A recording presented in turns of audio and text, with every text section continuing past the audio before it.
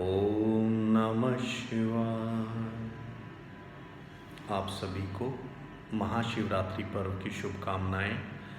कल 11 मार्च को महाशिवरात्रि है। हम सभी भगवान शिव की उपासना करेंगे, उनका आशीर्वाद प्राप्त करेंगे। भगवान शिव को अनेकों नामों से जाना जाता है। आदि योगी, आदि देव, महादेव, देवों के देव, महाकाल, जगत पिता, जगत गुरु। ऐसे संबोधन केवल भगवान शिव के लिए ही किए जाते हैं। वास्तव में भगवान शिव ज्ञान के स्रोत हैं। इस सृष्टि में जितना भी ज्ञान व्याप्त है वो भगवान शिव से ही प्राप्त हुआ है। ज्योतिष, संगीत, नृत्य, अन्य विषयों का भी जो ज्ञान है वो सभी भगवान शिव से ही प्राप्त हुआ है। उनके पीछे बहुत लंबी लाइन है उनके उपासकों की, भक्तों की, जिन्होंने उनसे ज्ञान, आशीर्वाद प्राप्त करके विशेष स्थिति को प्राप्त किया। राम, रावण, परशुराम, कृष्ण, अर्जुन, गुरु गोविंद सिंह, महर्षि भृगु, अन्य भी बहुत। हमें भी जीवन में ज्ञान ही प्राप्त करना है।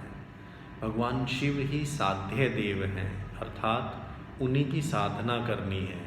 बाकी सभी साधन हैं, जिन साधनों से हमें भगवान शिव की ही कृपा पानी है।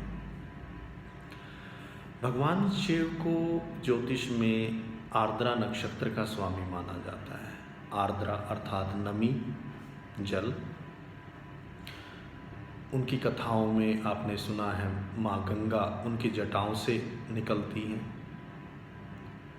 उन्हें चंद्रशेखर कहा जाता है, यानी जो जल के देवता हैं चंद्रमा, वो भी उनके मस्तक पर विराजमान हैं। भगवान शिव का संबंध जल से विशेष रूप से है। वास्तु में भी अगर आप देखेंगे तो ईशान कोण में ही जल का स्रोत बनाया जाता है, जिस कोने के देवता भगवान शिव हैं। ईशान में ही हम मंदिर या पूजा का स्थान बनाते हैं, अर्थात हमें पूजा ईशान में ही मुख करके करनी चाहिए, तो वो स्वयं भगवान शिव से ही संबंधित हो जाएगी। हम सभी मोक्ष चाहते हैं, मुक्ति चाहते हैं, और वो केवल ज्ञान से संभव है। और ज्ञान केवल भगवान शिव की कृपा से प्राप्त होता है। हम सभी अगर आपके चार्ट में कहीं भी कोई भी ग्रह अगर आपको परेशान कर रहा है, विशेष रूप से राहु, केतु, शनि अगर कुछ भी बुरा प्रभाव दे रहे हैं, तो आप भगवान शिव की उपासना कर सकते हैं। भगवान शिव जल के देवता हैं और अग्नि के भी देवता हैं, क्योंकि उन्हें रुद्र भी कहा जाता है। जल में अभी रिसेंट रिसर्च में आया है कि इसमें मेमोरी पावर है, याद रखने की शक्ति है। जब हम ज्ञान अर्जित करते हैं तो उसको संजो के रखने के लिए हमें याददाश्त की आवश्यकता होती है, वो जल में है। और ज्ञान को प्राप्त करने के लिए जो परिश्रम, जो तप हमें करना होता है, उसके लिए जो ऊर्जा चाहिए, वो हमें अग्नि से प्राप्त होती है, जिसके अधिदेवता स्वयं भगवान शिव हैं।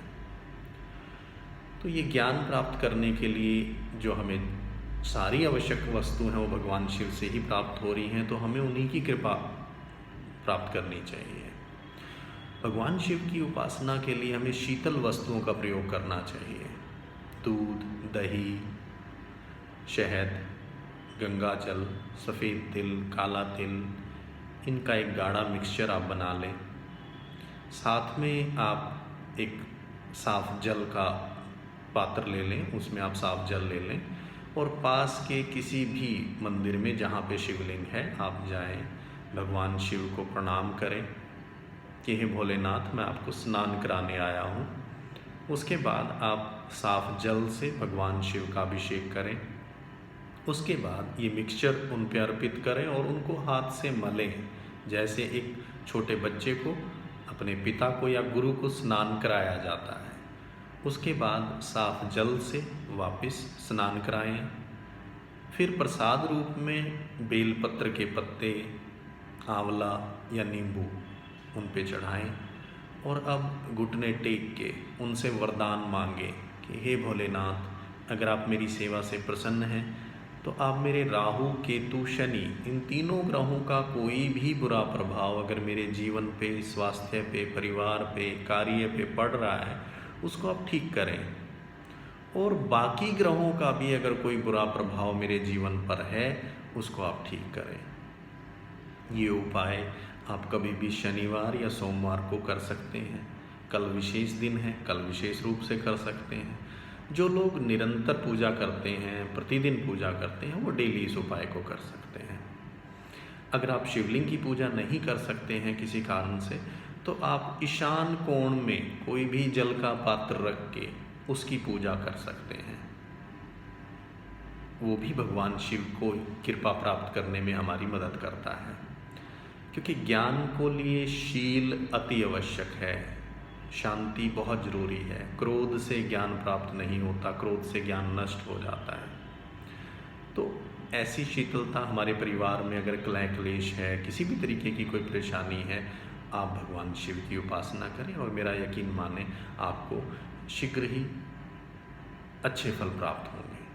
मेरा आप सभी से और भगवान शिव से यही अनुरोध है कि उनकी कृपा आप सभी को प्राप्त हो, आप सभी की सभी शुभ इच्छाएं पूर्ण हों, ऐसी मेरी प्रार्थना है। ओम नमः शिवाय। ओम नमः शिवाय।